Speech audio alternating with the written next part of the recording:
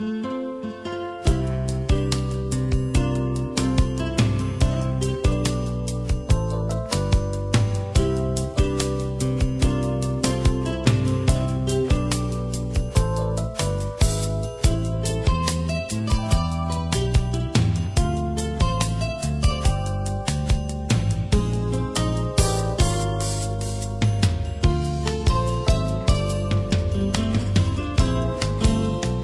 dia a todos pela presença, revendo algumas pessoas aqui, amigas, conhecidas, e outros que estão vindo aqui hoje pela primeira vez.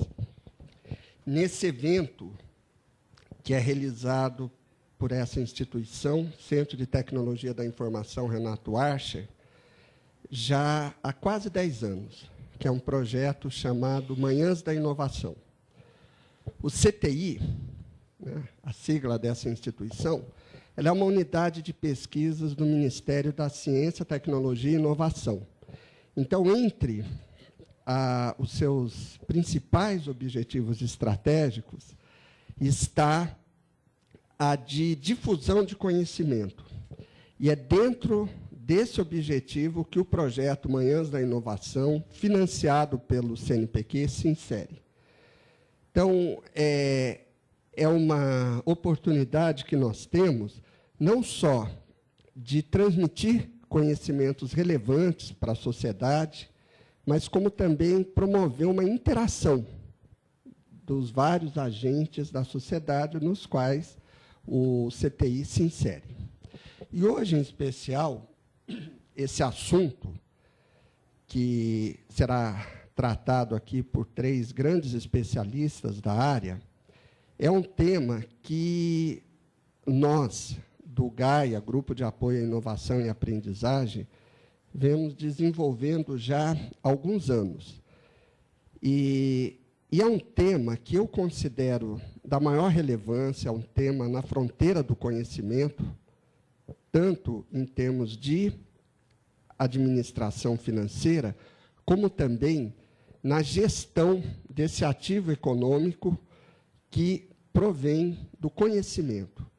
Então, à medida que nós conseguimos avançar em termos de melhorar nossas metodologias, as ferramentas, as técnicas de valoração do capital intelectual, nós estamos avançando também para superar um conflito que é histórico, que é secular, desde o início da Revolução Industrial, que é o conflito capital-trabalho. Nós enxergamos que o capital intelectual, ou seja, o valor econômico que vem do conhecimento, ele é um instrumento poderoso, eficaz e efetivo para buscar alinhar interesses econômicos com interesses sociais, ganhos econômicos com benefícios ao ser humano.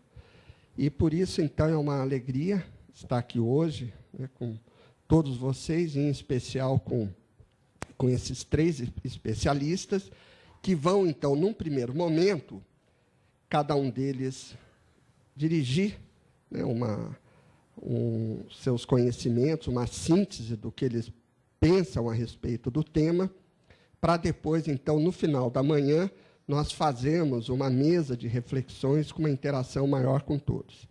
E, para começar, nós vamos ter aqui a presença do professor Edmundo Inácio Júnior, que é um professor da FCA, da Faculdade de Ciências Aplicadas de Limeira, é administrador pela Universidade Estadual de Maringá, mestre na área de informática e doutor pela Unicamp em Política Científica e Tecnológica.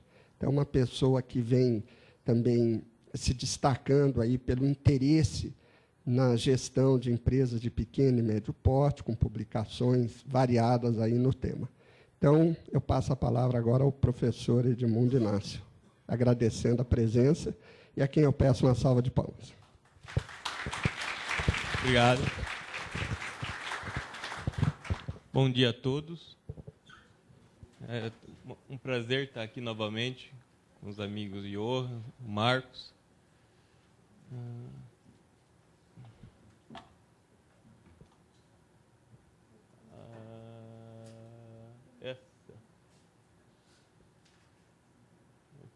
Obrigado. Eu vou comentar um estudo que foi recentemente publicado nesse livro que eu lancei, que tem a ver com o meu trabalho de doutorado, né, na Unicamp, que trata um pouquinho sobre inovação e um pouquinho sobre desempenho econômico das empresas. Minha abordagem vai ser um pouquinho diferente das duas próximas que vocês, mas também está intimamente ligada à capital intelectual, que eu não vou agora aqui definir, vou deixar para meus colegas na próxima definir um pouco o capital intelectual. Eu falo em empresa inovadora e empresa não inovadora, mas a gente sabe que o que faz da empresa são os funcionários e os processos que os quais eles executam. Então, de certa maneira, também estou falando que quando uma empresa é mais inovadora que outra, deve ter algum componente do capital intelectual, né, auxiliando nesse processo. A grande questão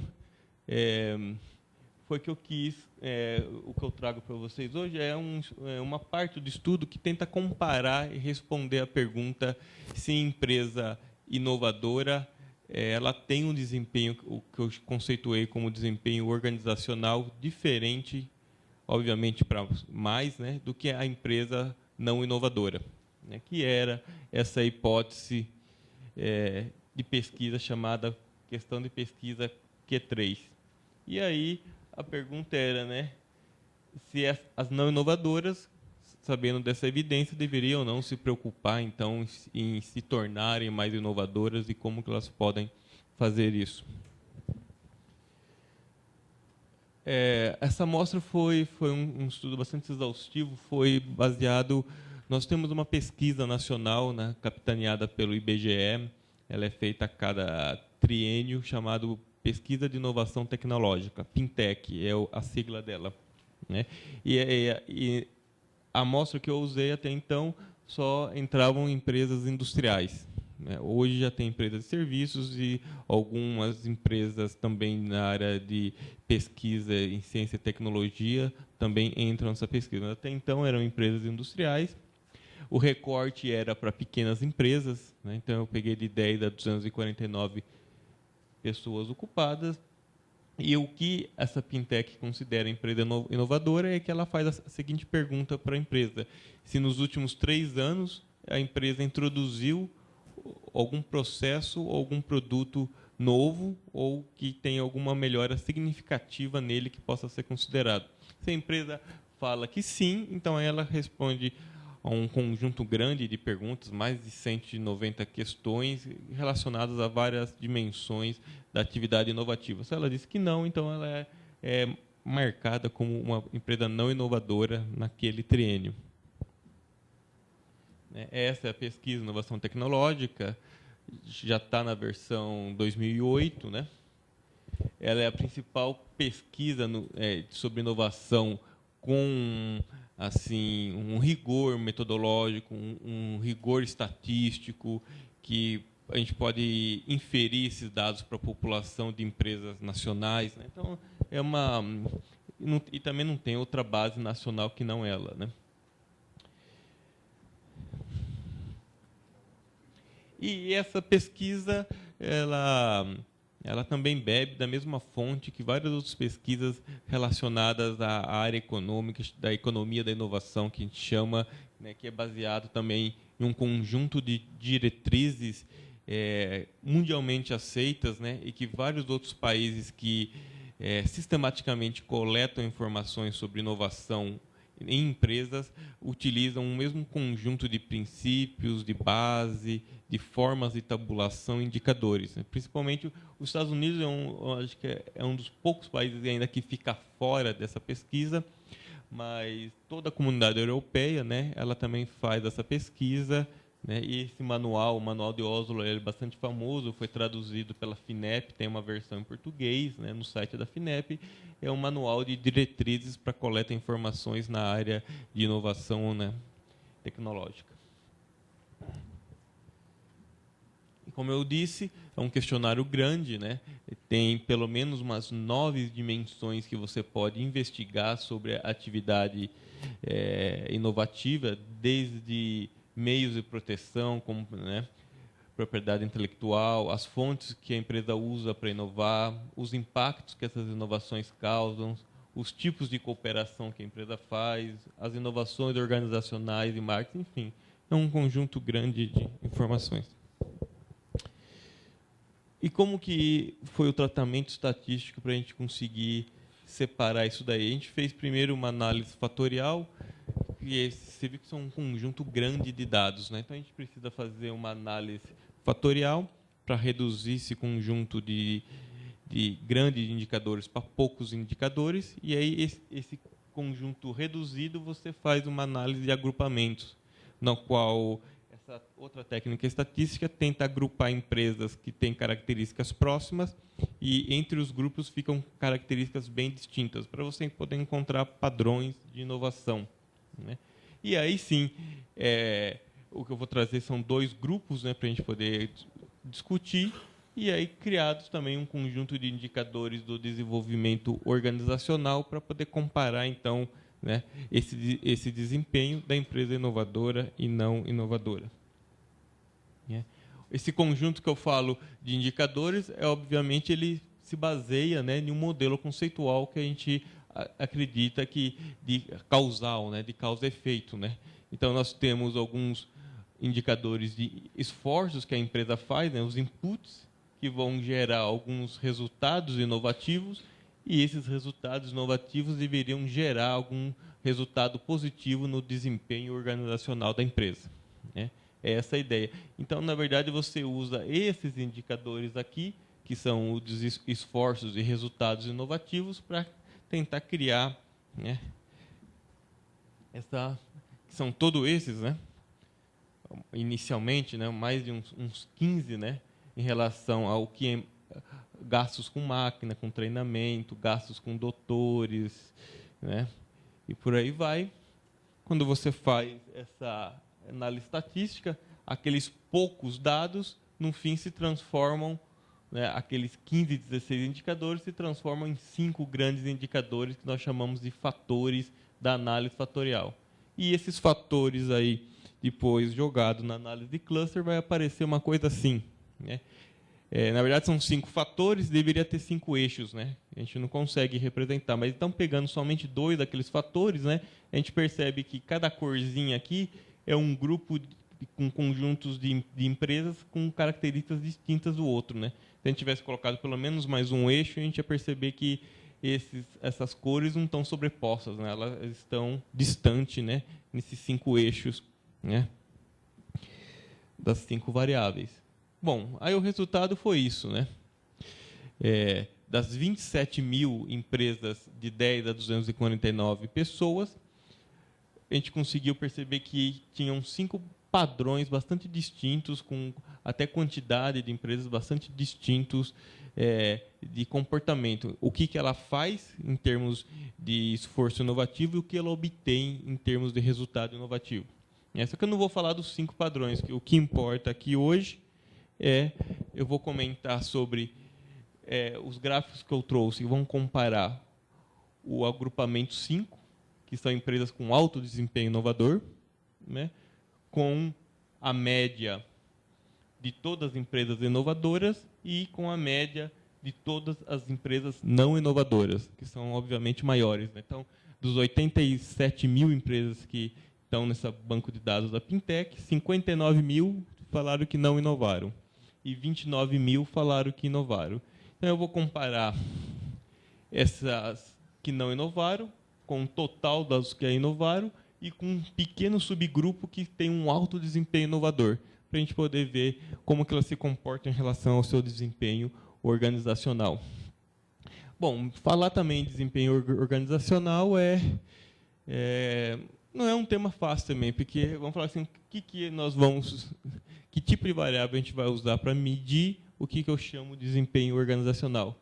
Então, existe um livro muito famoso, né, chamado Medindo, né, o desempenho organizacional desses 2 americanos, e eu também tentei, naquilo que era possível, né, utilizar as variáveis que eles utilizam,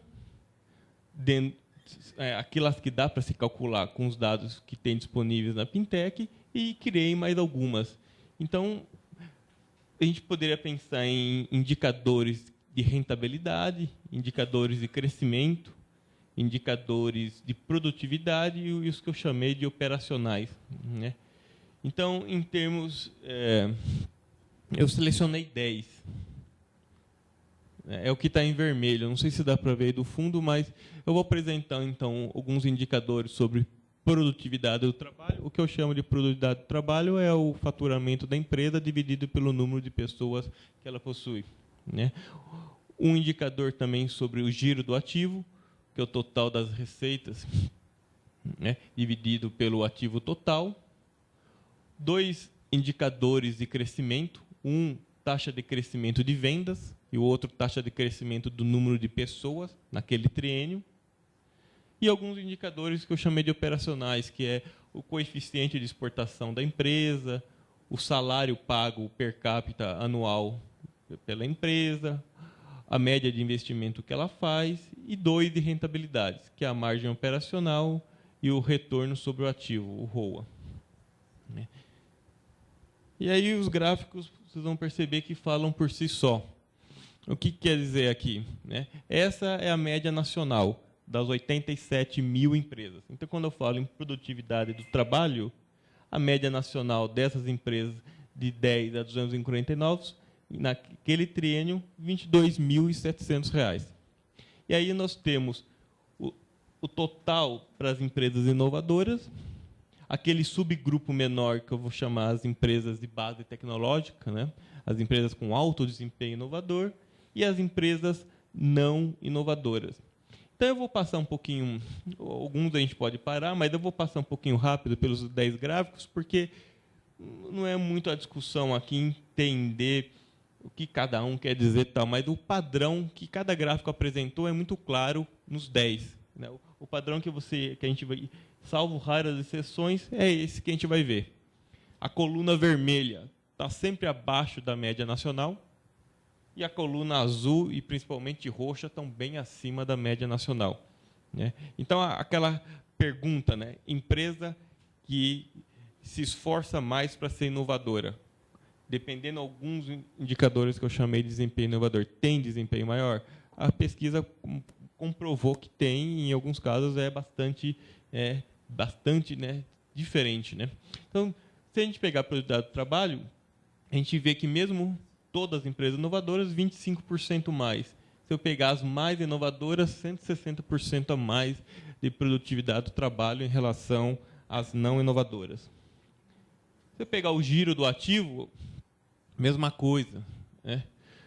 Inovadoras 2,6 ao ano, não inovadora 2,2, eles vão falar assim, mas e a que tem bastante inovação, no fim tem um giro menor. Né?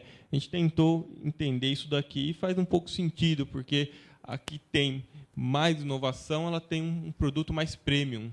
E se ela tem um produto mais premium, com valor maior agregado, o seu giro vai ser um pouco menor. Né? Ela não precisa... É igual comparar uma loja de R$ 1,99 e uma loja de cristais Swarovski. Né? O giro do R$ 1,99 é maior, né? Para poder... Enquanto que o Swarovski, de repente, ele vende um só, o giro é menor, mas o valor agregado é maior. Então, foi coerente ainda o resultado apresentado. Taxa de crescimento das vendas, né? Próximo aqui nesse caso, né? Mas sempre, né, em relação a não inovadoras, não é muito difícil perceber, e é nítida a diferença. Obviamente, todos os cuidados foram tomados assim, estatísticos com relação se essa diferença entre os números pode ser atribuído à diferença ou a um erro do acaso. Então, foram feitos testes estatísticos de significância, essas coisas. Né? A taxa de crescimento do pessoal, que era até mais fácil trabalhar, né? Porque taxa de crescimento das vendas tem um problema você deflacionar o indicador, e isso é complexo, né? Porque como que eu iria deflacionar o indicador se eu fiz uma pesquisa com 15, 20 setores diferentes, se eu usar o IPCA, se eu ia usar um índice setorial para cada setor, então era muito complexo. Então, eu falei, vamos pegar também a taxa de crescimento pessoal, que não tem esse problema da deflação. Né? Se no começo do triênio ele tinha 100 pessoas, agora ele tem 200, o crescimento dele é 100%. né? Então, fica mais fácil calcular a taxa de crescimento em relação ao número de pessoas. Também é nítido, né, a diferença. Né? Em um triênio, empresas inovadoras crescem, né, enquanto que a outra está bem abaixo dessa média, né? Cresce só 2%, né? Enquanto que a média nacional é 5%. Isso também é um dado bastante interessante. MPEX, empresas que exportam. O que é? Quantidade de empresas que exportam dentro daquele agrupamento no qual elas foram selecionadas. Então, se você olhar inovadoras, isso sempre foi pouco no Brasil, né? Inclusive entre as inovadoras, né? Das 27 mil empresas que falam que inovam, somente 14% delas inovam. Mas das 59 mil que falaram que não inovam, só 6% delas dizem que exportam, né? E naquele pequeno grupo de 600 empresas com alto desempenho inovador, metade das empresas, dessas 600, 300, né, quase 50%, diz que exporta. Então, é em quantidade de empresas que exportam. Também tem em coeficiente de exportação.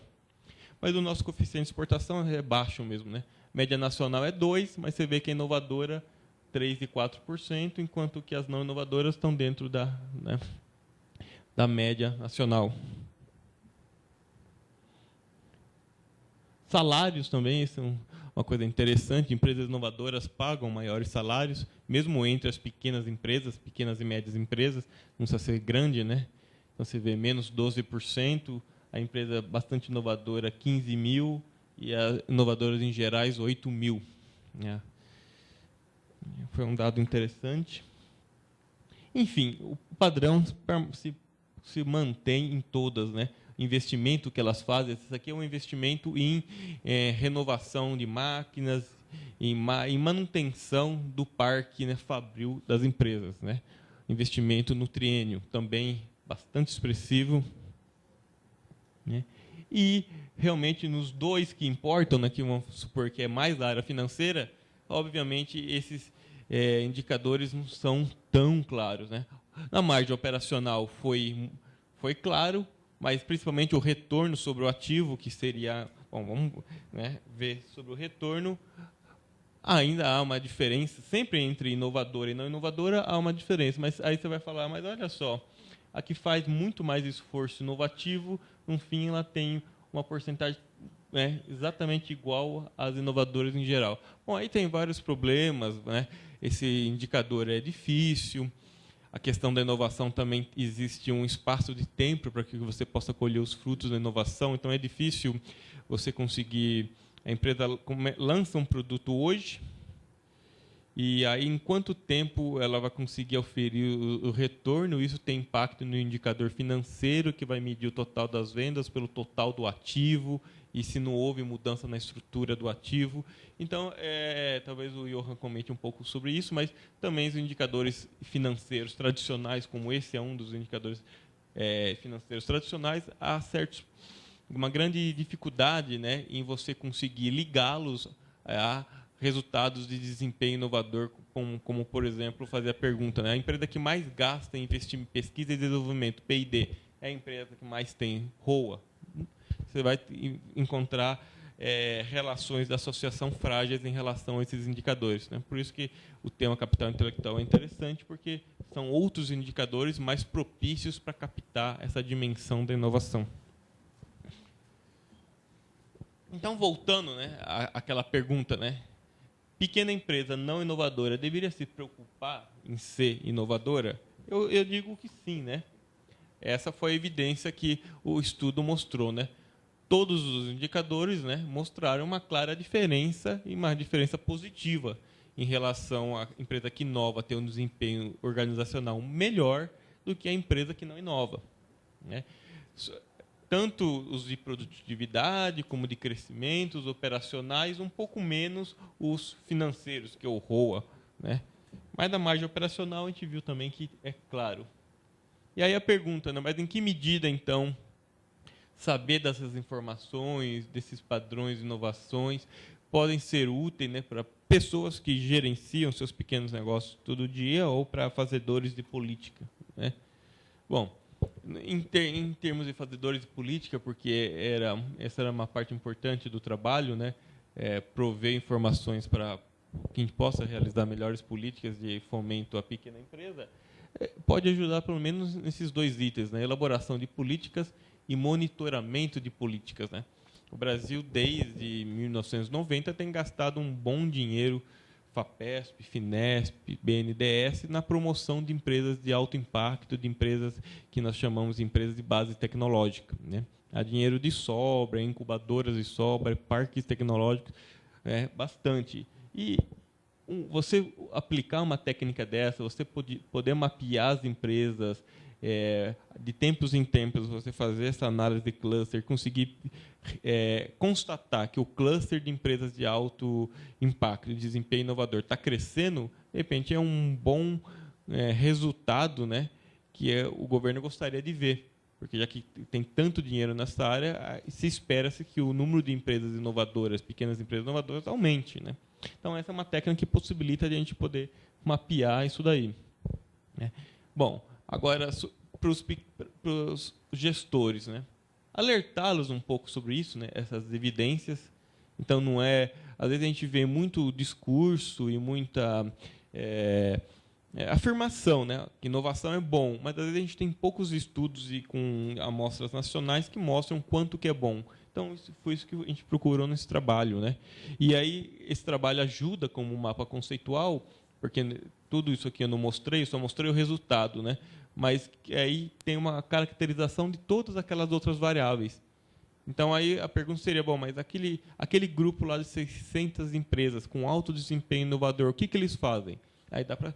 eles fazem bastante parceria, eles contratam doutores, eles têm uma rede de contatos grande, eles compram sempre máquinas e equipamentos, né, estado da arte. Então, quer dizer, você tem mapeado, segundo aquelas variáveis, o que a empresa fez para conseguir obter aquele desempenho. Então, não é uma receita de bolo, mas é um mapa conceitual que você pode questionar, você pode se comparar, você pode se perguntar, será que se eu seguir essa trajetória tecnológica também, será que eu poderia obter também esse resultado?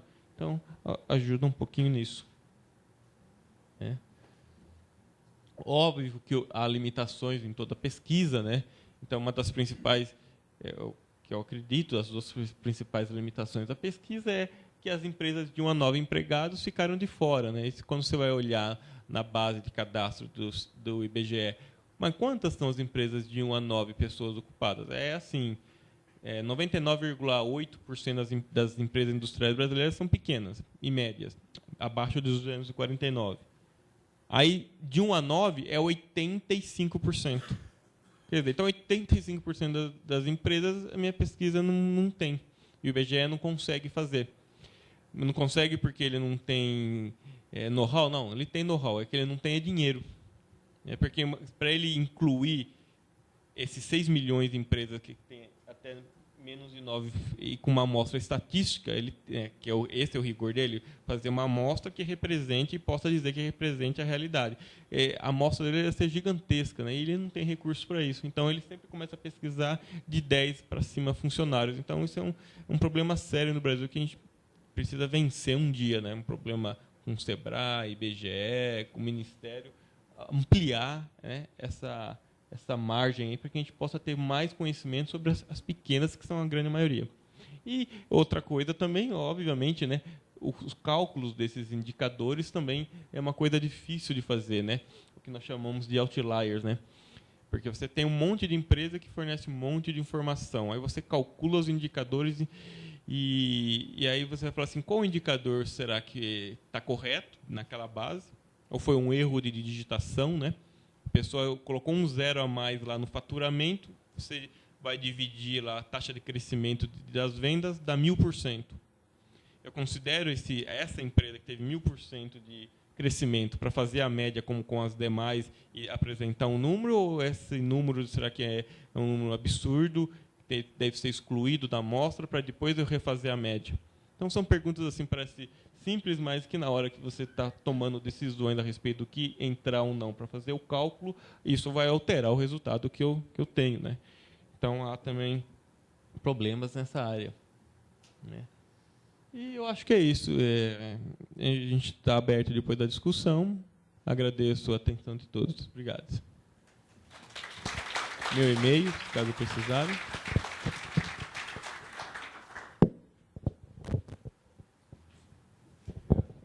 Obrigado aí, professor Edmundo.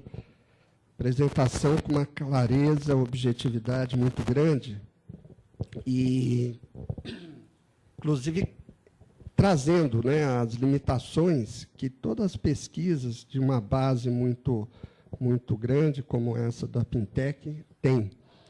E eu não sei se é de conhecimento de todos que, desde 2011, existe um plano de política industrial, científica, tecnológica e de exportação chamado Plano Brasil Maior. E o foco é inovar para competir. O foco de toda a política industrial, científica, tecnológica brasileira é essa, é esse. E como tudo que existe, no Brasil principalmente, tem umas atitudes um pouco esquizofrênicas, né? Esse plano foi lançado em outubro a novembro de 2011, e, no início de 2012, houve um corte no orçamento do Ministério da Ciência, Tecnologia e Inovação. Mas, tirando essas incoerências naturais aí do sistema político brasileiro, o caminho em direção ao apoio, ao incentivo à inovação, ele é inquestionável. Felizmente, a gente vê ações, investimentos aumentando com uma tendência bastante bem definida de crescimento, né? E cabe, então, a todos, empresas, academia e governo, zelar por isso. O DPCT, onde o Edmundo fez o doutorado dele, um trabalho muito interessante, eu não conhecia ainda, ele tem uma preocupação, como o próprio foco diz, né, nas políticas, no estudo do resultado das políticas. E nós, aqui no Gaia, nós trabalhamos no micro, no foco da organização. E estamos fazendo várias ações, iniciando vários projetos, buscando, então, quantificar, no nível do processo empresarial, dentro do processo, os ganhos decorrentes da aplicação de novos conhecimentos. Inovação, entendida como resultado da aplicação dos novos conhecimentos, e a valoração disso aí, os impactos em qualidade, produtividade, custos, tempos e etc. E uma das lideranças nesse processo é exatamente o professor Johann Pocher Júnior, que é estatístico de formação, mestre e doutor em administração, professor também da FCA, Faculdade de Ciências Aplicadas de Limeira, um parceirão nosso aqui, a quem eu convido para dar continuidade e peço uma salva de palmas.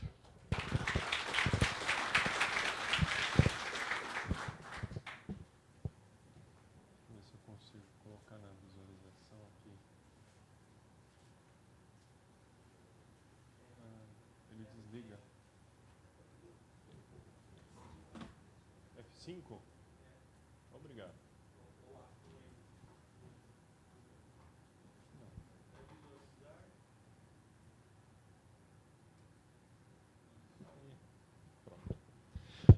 Bom, antes de mais nada, peço desculpas pelo probleminha técnico, basicamente porque eu fui usar o editor que é livre, né, o LibreOffice, e quando ele vai para o PowerPoint, ele desformata. Mas a gente consegue fazer a apresentação pelo formato, então, em PDF. Bom, o que eu vou falar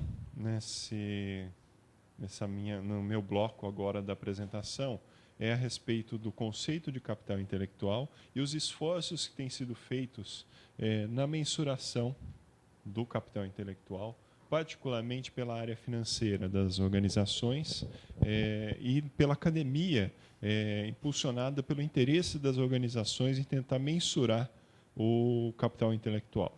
Tá? Então, começando pelo conceito mais tradicional de economia do conhecimento. Tá?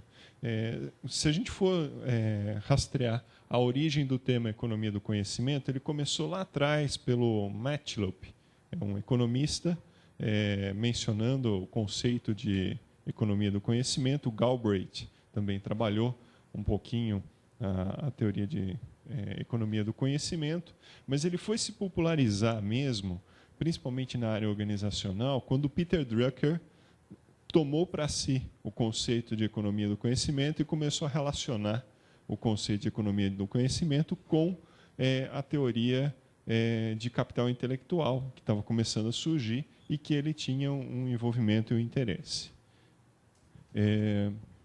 Então, tem se usado cada vez mais para o contexto social que nós estamos vivendo hoje o termo economia do conhecimento, principalmente como uma referência a uma ruptura do padrão que existia previamente, onde você tinha basicamente a relação capital e trabalho, sem a interferência do conhecimento no processo de geração de valor. A partir do momento em que há a interferência do conhecimento nesse processo de criação de valor pelas organizações, então começa a haver a discussão sobre o termo economia do conhecimento. Um dos sociólogos famosos a adotar esse termo e usar ele para a sociedade atual é o Anthony Giddens. O Giddens ele trabalha de maneira sistemática com o termo economia do conhecimento na hora de conceituar o contexto social nosso, e ele demonstra as alterações sociais decorrentes da nossa vivência nesse contexto assim definido. Tá?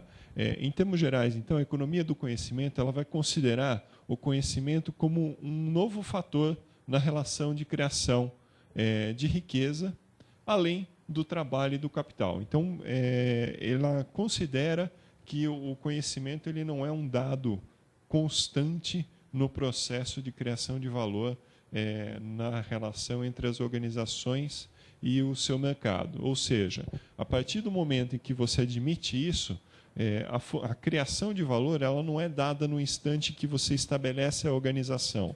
Você coloca capital mais trabalho para ser operado. Mas sim, ela é contínua ao longo da operação da organização, principalmente em função da alteração dos níveis de conhecimento por parte dela. A alteração de nível de conhecimento tem implicação na melhora ou piora da eficiência da relação capital e trabalho pela forma como está definido por esses economistas e pelo Giddens no trabalho dele. No entanto, diferente do capital do trabalho, o conhecimento ele não é de fácil avaliação, ele pelo contrário, ele é muito difícil de ser avaliado. Quando nós falamos, por exemplo, o professor Edmundo apresentou o trabalho dele, ele apresentou o trabalho falando bastante sobre a relação entre o valor gerado ao faturamento das organizações sobre, por exemplo, o indicador fundamental, que é o número de funcionários. Ele está expressando, por meio desse indicador, a relação capital e trabalho naquela relação operacional daquelas organizações. Justamente esse que é o grande desafio do conhecimento. Como é que eu expresso o conhecimento para que eu coloque ele numa equação junto com esses dois outros elementos? É possível isso? Então, essa é uma questão que surge a partir do momento em que a gente começa, sendo eu professor de finanças, eu começo a me incomodar com o fato de que eu tenho um fator fundamental na criação de valor de uma organização e do qual eu não consigo controlar, medir, pesar, ter uma ideia de como ele está se comportando ao longo do tempo para essa organização. Então, a pergunta que a gente pode fazer é: qual o valor do conhecimento? Quanto vale conhecimento para você? Né? Então, na teoria organizacional, o conhecimento ele vem sendo traduzido pelo termo capital intelectual. Tá? Eu não vou entrar no mérito de se essa tradução tem sido bem feita ou não. Se a gente olhar a literatura da área de teoria organizacional, como toda a área de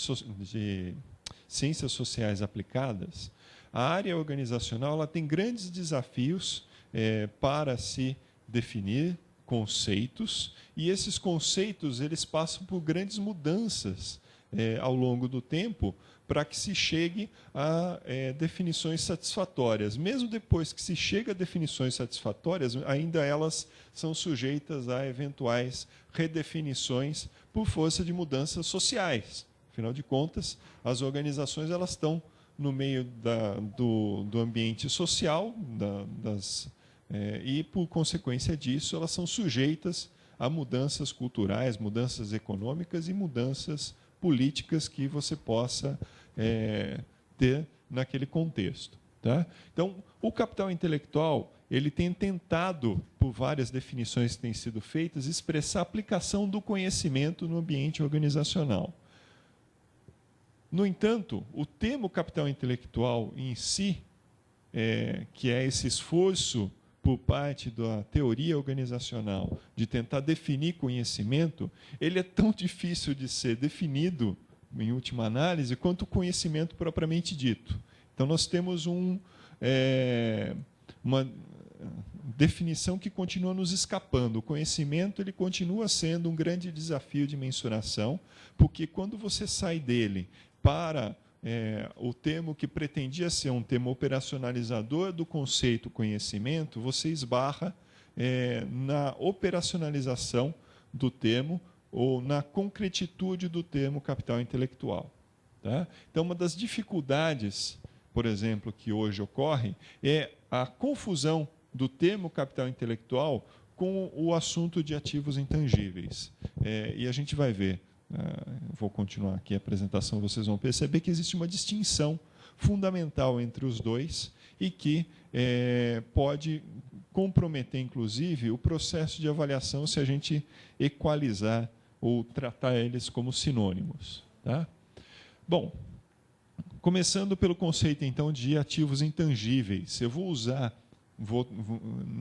aliás, por ser professor de finanças, eu me sinto forçado a usar a definição da contabilidade. Todo professor de finanças ele é escravo, entre aspas, no bom sentido, dos indicadores e das definições contábeis, uma vez que são por meio delas que eu consigo inferir informações sobre as organizações e consigo trabalhar em base comparável entre diferentes organizações, entre diferentes tipos de atividade organizacional. Tá?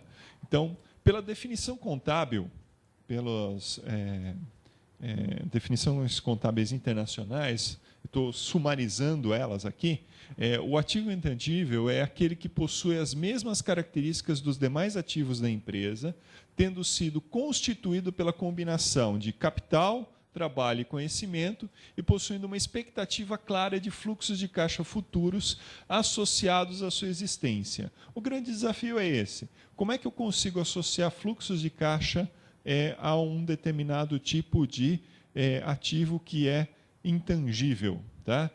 Então, a gente vai ver os exemplos do que pode se aplicar nesse caso, e são esses elementos que a gente pode efetivamente, pela definição contábil, chamar de ativos intangíveis, aqueles que eu consigo associar um fluxo de caixa futuro sendo gerado por eles. Da mesma forma que a gente mensura ativos tangíveis do ponto de vista financeiro, nós também classificamos os ativos intangíveis, aqueles que geram um fluxo de caixa. Então, a principal distinção deles para os ativos tangíveis é que eles não vão possuir uma representação física.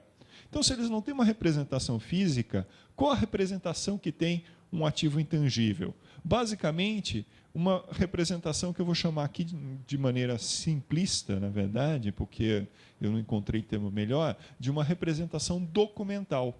Tá? Ele tem uma representação documental, ele pode ser expresso. Eu não consigo pesar, eu não consigo medir um ativo intangível, mas eu consigo descrevê-lo. Eu consigo descrevê-lo como eu consigo descrever, por exemplo, uma ideia, como eu consigo descrever um software de computador, como eu consigo descrever um sistema, como eu consigo descrever a marca de uma empresa. Então, eu consigo ter uma descrição documental daquele elemento e consigo mensurar a partir dessa descrição, baseado nessa documentação a respeito desse elemento, eu consigo traduzir um fluxo de caixa para esse ativo intangível. Tá?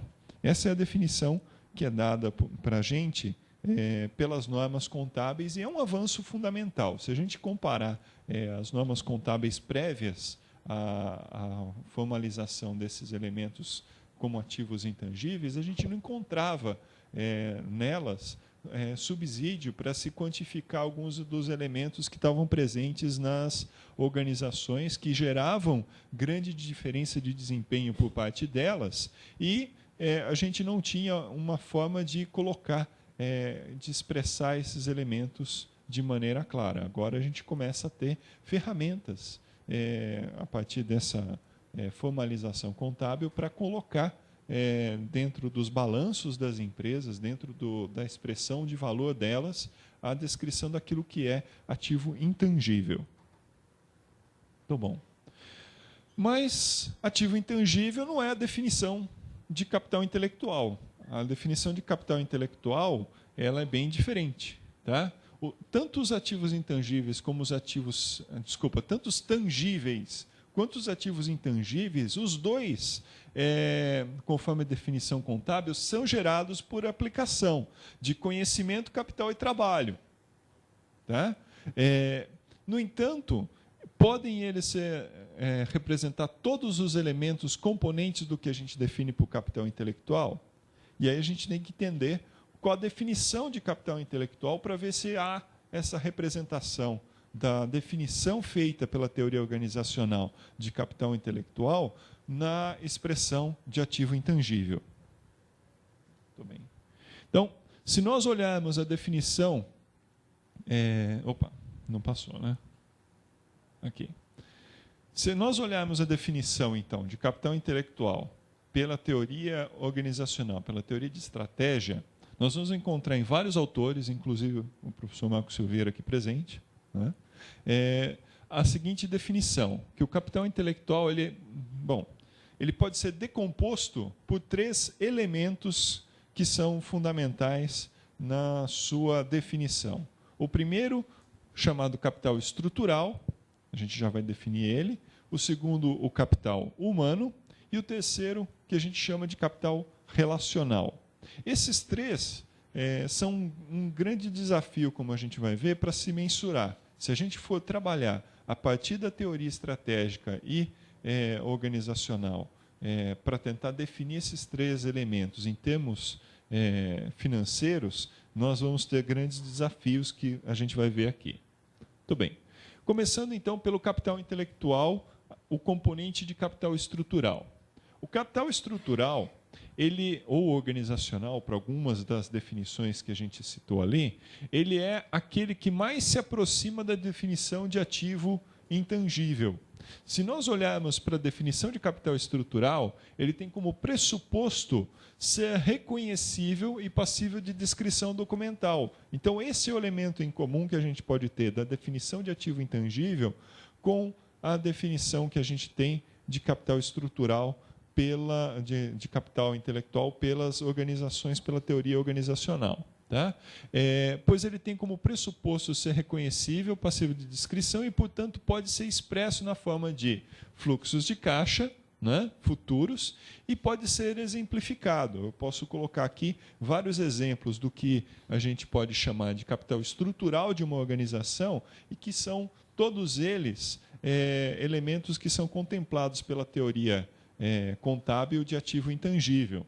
Então, marcas, códigos IP, software, estruturas organizacionais, sistemas de controle, eventuais reservas de mercado, tá? Proteções, barreiras de mercado, elas podem ser exemplificadas também em termos contábeis, elas são ativos intangíveis. Então, a gente tem uma condição a partir dessa definição de falar, opa, pelo menos este elemento do capital intelectual consigo me aproximar com definições da área financeira.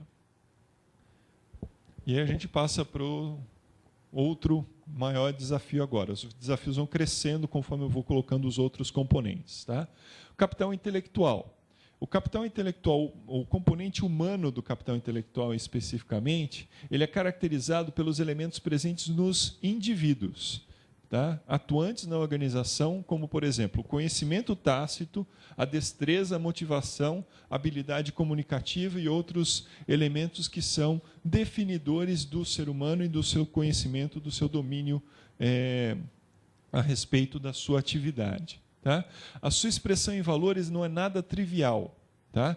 O que nós sabemos do capital humano não é o que ele gera de valor, o que ele tem de fluxos de caixa futuros, potenciais a serem gerados, mas sim aquilo que nós temos como custo de manutenção deste capital humano, que são as despesas com salários, as despesas com pessoal.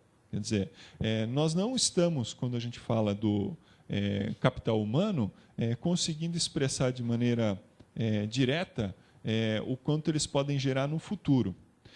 Se a gente fosse trazer mais próximo da teoria financeira, o conceito mais próximo que a gente consegue pensar do capital humano é que ele é um estoque de conhecimento que eu estou pagando, fazendo uma opção de manter dentro da organização, na expectativa de que ele gere fluxos de caixa futuros complementares àqueles que já foram medidos pelo capital estrutural.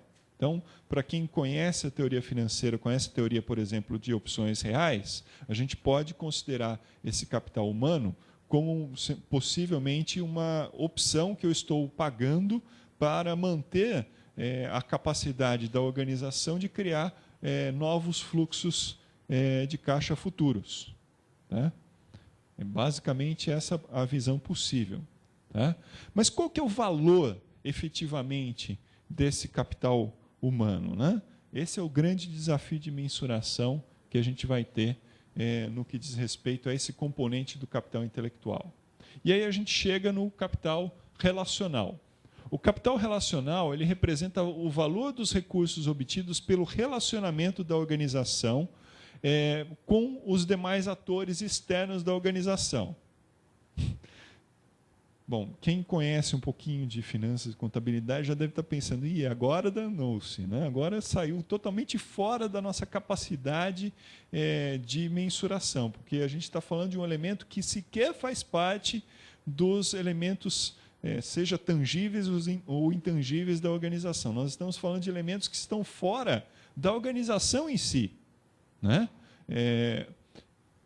Tais como fornecedores, clientes, comunidades locais, governos, acionistas e demais stakeholders. Tá?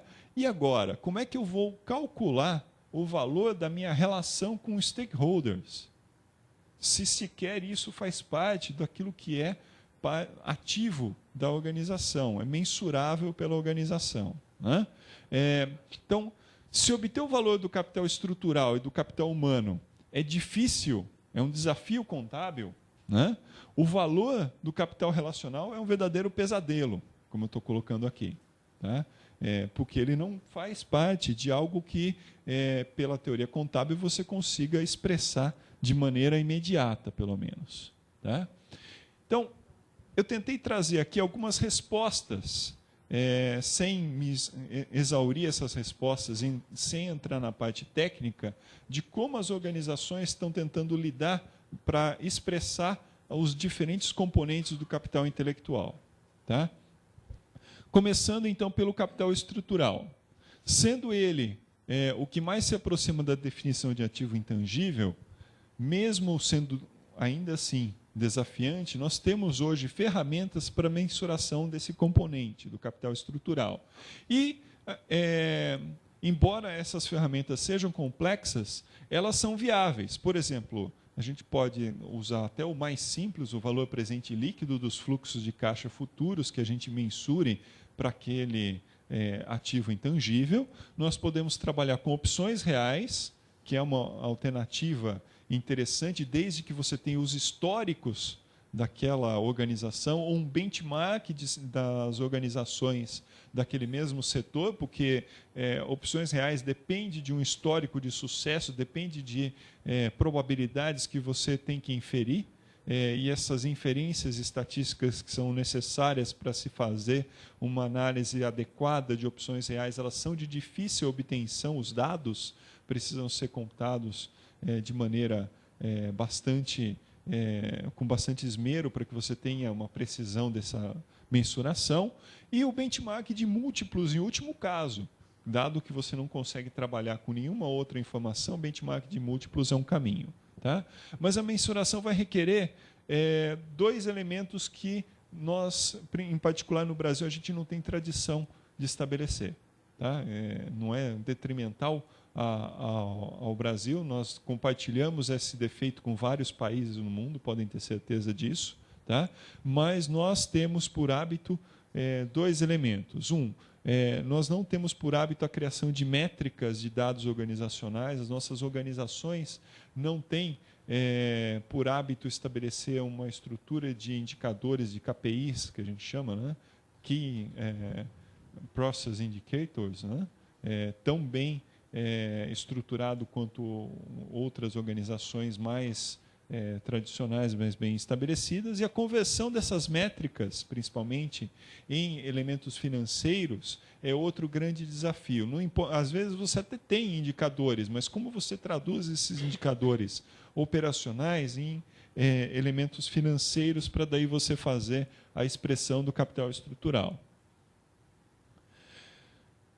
Na parte de capital humano, a gente tem uma resposta que é disruptiva. Um dos professores que propõe o modelo, os modelos de mensuração, que é o Pulick, ele fala o seguinte: olha, então vamos tratar logo contabilmente de forma diferenciada os empregados. Vamos falar que eles são investimento, tirar eles do custo do balanço da organização e falar que eles são investimento. Essa proposta do Pulick, por princípio, é interessante, ela é radical, né? Tratar como investimento, mas a gente vai esbarrar em uma série de elementos da própria estrutura contábil para conseguir fazer isso. Tá? Então, ele trata como investimento por parte das organizações em lugar do tratamento dado pela contabilidade formal, que trata os salários dos funcionários e demais benefícios como custos. Por força dessa alteração, as despesas com empregados, ou seja, os salários, as taxas, os bônus, os treinamentos e os programas motivacionais, deixariam de ser tratados como custos e passariam a ser tratados como investimentos, onde daí você teria que exigir um retorno proporcional deste investimento por parte da organização. Novamente fica a questão, ok, como é que eu mensuro este investimento? Então, a proposta do Pulick é interessante em princípio, mas ela cria um outro desafio. Como é que daí eu vou computar o resultado deste meu investimento em capital humano? Né?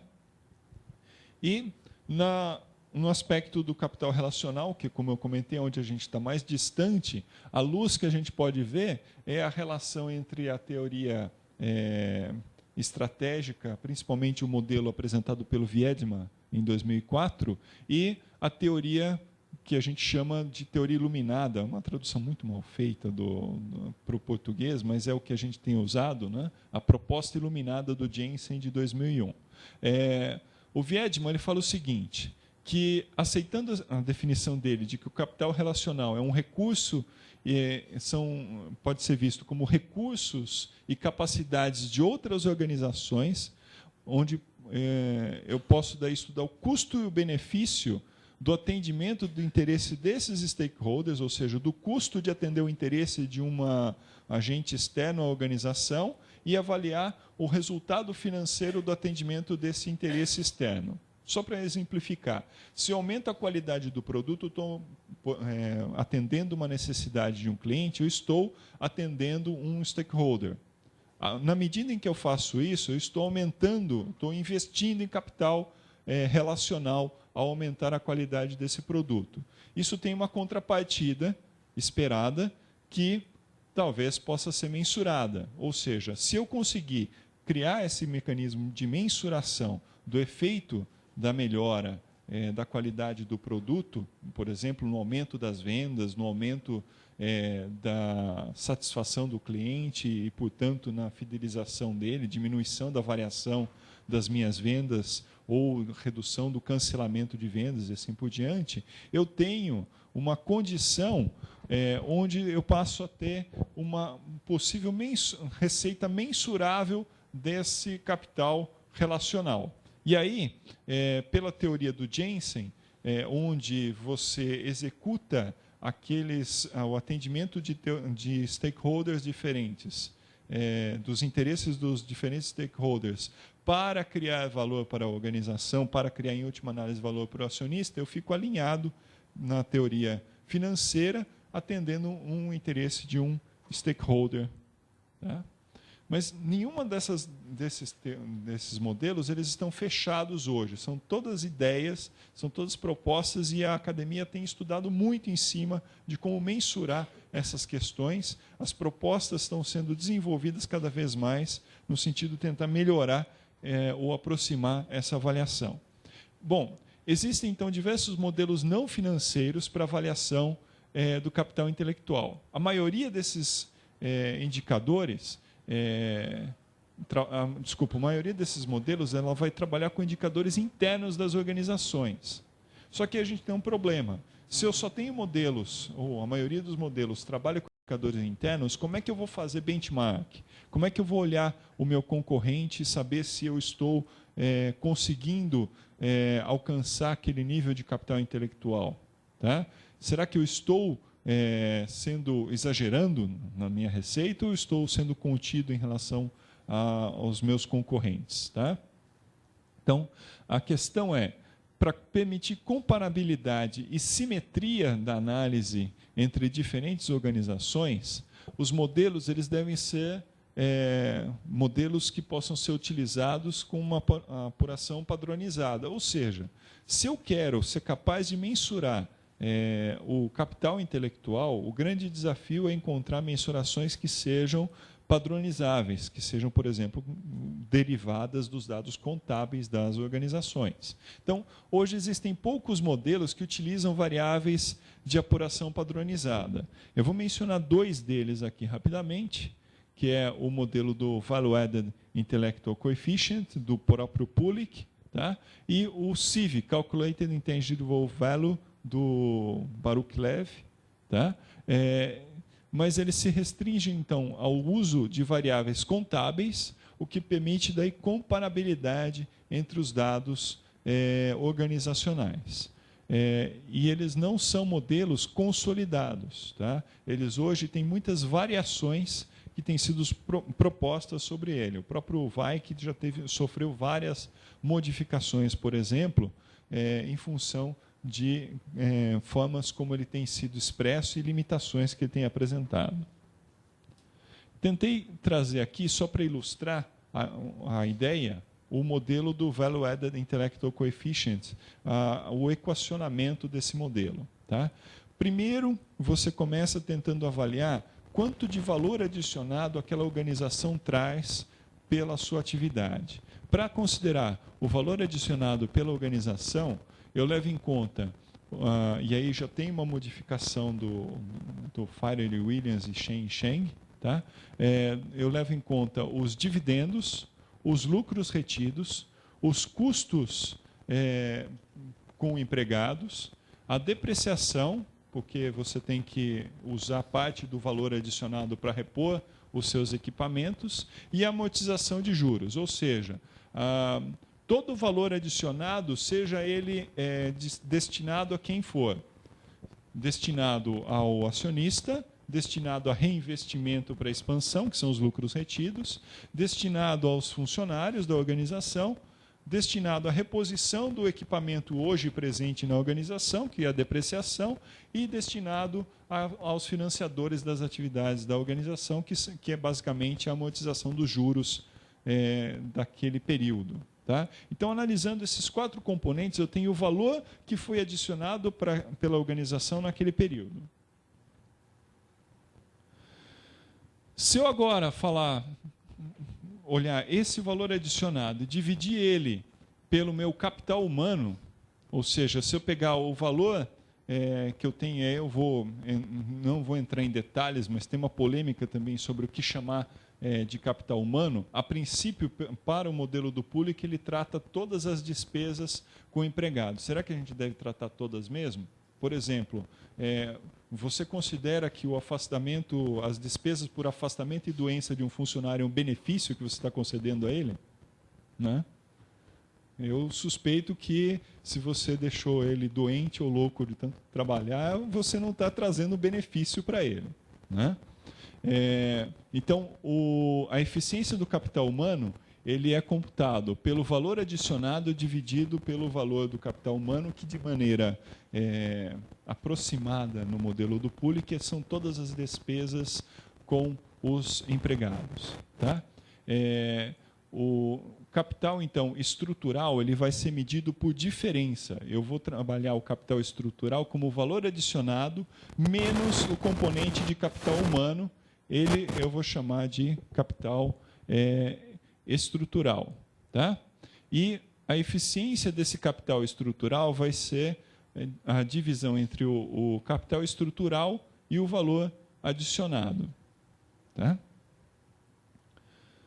Portanto, eu posso dizer que a minha eficiência do meu capital intelectual, veja que o Pooley ele não se atreve a falar de capital estrutural. Ele esquece de propósito o capital estrutural, tamanha encrenca que é para se mensurar com dados contábeis o capital estrutural.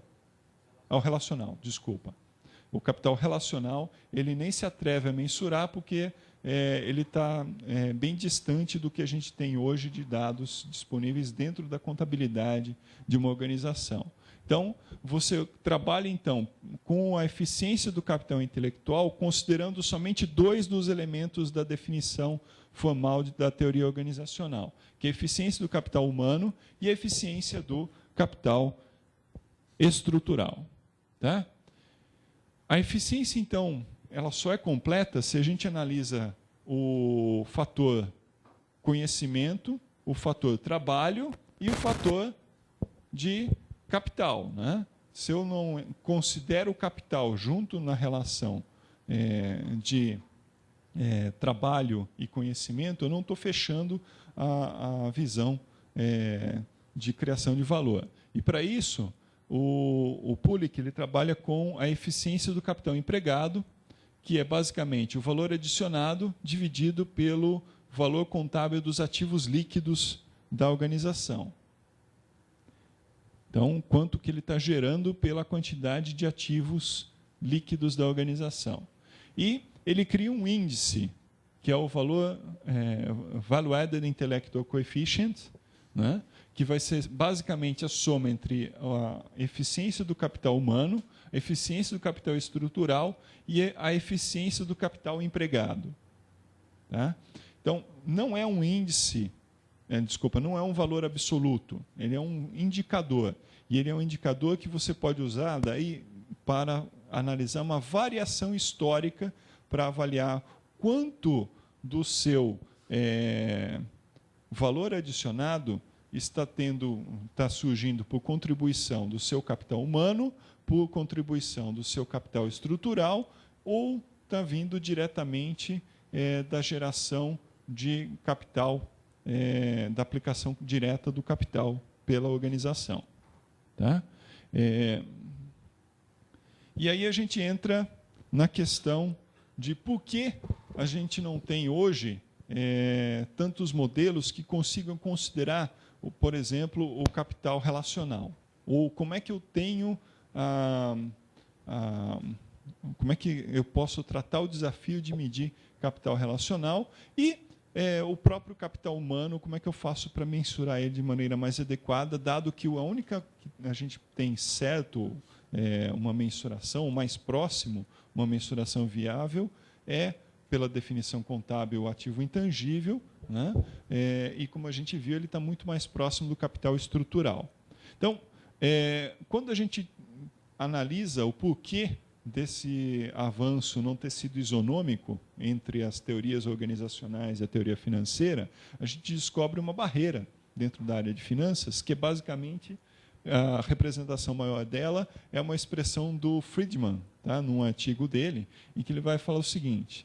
Bom, vou começando do começo ali. Então, uma característica comum das propostas envolve a admissão de que os gestores devem despender energia em interesses que vão além dos interesses básicos dos investidores. Só que ir além dos interesses básicos dos investidores, olhar, por exemplo, os stakeholders e olhar capital humano, implica em contrariar uma visão financeira clássica, que é, como eu mencionei, um dos representantes é um artigo famoso do Friedman, de 98, onde ele fala, olha, a função social de uma empresa são os lucros aos investidores. Você não pode fugir dessa visão. Se você estiver fugindo dessa visão de que a função social da empresa é o lucro aos investidores, você está basicamente contrariando a sua razão de existência como gestor. Você está desalinhado em termos de agência. Você não está representando devidamente o seu investidor na sua atuação organizacional. Tá? E ele está certo. Tá? Isso dificulta, então, a proposição de modelos que levem em conta o valor do capital intelectual na criação de valor, uma vez que esses, em princípio, pelo menos, eles violariam a premissa que está sendo estabelecida quando o Friedman fala de que a função social da empresa é olhar pelo lucro, maximização do lucro para os investidores. Então, qual tem sido a resposta a essa barreira? Esses obstáculos que têm sido criados pela teoria, eles serviriam, então, como, na verdade, acabaram servindo como uma função importante no desenvolvimento de modelos que consigam conciliar a visão do interesse dos stakeholders, considerando benefício relativo às organizações e trazendo, então, propostas onde você tenta olhar a criação de valor aos demais stakeholders da organização como benéficas também ao seu investidor. Um exemplo disso é o modelo que eu já mencionei, a proposta iluminada do Jensen, onde você avalia a contribuição daquela ação ao seu stakeholder pelo valor gerado ao seu shareholder, tá? E a abordagem estratégica que foi proposta por Porter e Kramer em 2006. Então, essas duas elas são visões que tentam contribuir no sentido de alinhar as teorias organizacionais e as teorias financeiras e tem sido a base para se pensar em modelos nesse sentido. Tá? Bom, essa foi a minha apresentação, pessoal. Aqui estão os meus contatos, caso vocês tenham interesse. E eu deixei a bibliografia aqui no final. Faltou só mencionar aqui o Fiery Williams e o Shen Sheng. Depois eu percebi que eu deixei eles de fora. Tá? Mas eu acrescento e mando o slide completo depois para ser distribuído por quem participou. Pessoal, obrigado.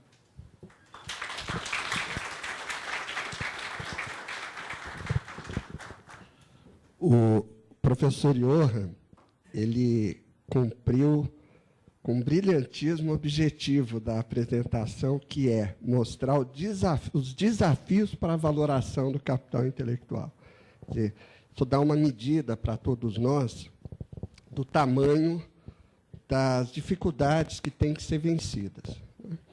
E existe ele trouxe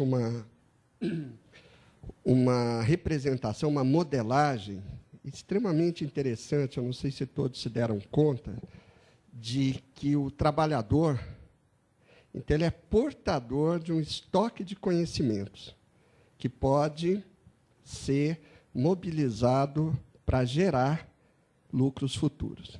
Essa é uma modelagem muito interessante. E, quando nós adotamos esse modelo, então, vem uma questão, mas como eu vou lançar a mão desse estoque de conhecimento? Então, se numa primeira abordagem pode parecer uma visão desumanizada do trabalhador, no momento em que nós fazemos essa pergunta, porque eu tenho papel lá no meu estoque, eu sei como eu lanço mão dele. Eu vou até lá, ponho num carrinho e trago. E como que eu lanço mão do estoque de conhecimento que está dentro de cada pessoa? Então, aí nós entramos no domínio do ser humano, aquela pergunta que ele colocou. Será que o adoecimento provocado pela empresa, isso certamente não vai mobilizar o conhecimento para o qual a empresa, ou pelo qual a empresa está pagando o estoque. E isso, então, abre uma possibilidade maravilhosa de exploração dessa relação organização-trabalhador. E que isso que o professor Johan trouxe é a ponta de um iceberg, porque a complexidade vai muito além disso aí. Isso é só a ponta do iceberg. E nós estamos aqui dentro de um enfoque transdisciplinar, por exemplo, com pessoas da área de saúde mental, psicólogos, psiquiatras, sociólogos e pessoas da engenharia de produção, procurando, então, criar modelos que integrem variáveis multidimensionais e que a gente possa, então, gradualmente, construir simulações dessas relações. Mesmo que nós não consigamos quantificar exatamente, mas que, pelo menos, se indiquem tendências. Por exemplo, tomar água pura faz bem para a saúde. Fazer caminhadas moderadas faz bem para a saúde. Ar puro faz bem para a saúde. Então, isso é uma tendência. Agora, quantificar exatamente o quanto, qual é o impacto desses 3 fatores na saúde, aí é uma coisa muito mais difícil, né? Mas é um desafio estimulante, não só do ponto de vista intelectual, mas principalmente pelos resultados, pelos impactos na melhoria das organizações e da qualidade de vida no trabalho que nos mobiliza. Então, entre os múltiplos projetos, o professor Johan coordena um de levantamento desses dados através de uma base de dados bastante ampla, com o apoio da Júlia, que é uma aluna da estatística, e mais um grupo de outros alunos da FCA, que depois também ele pode contar um pouco mais de detalhes para vocês. E como nem só de conhecimento vive o homem e as mulheres, então agora nós vamos fazer um intervalo para um breve café. Então,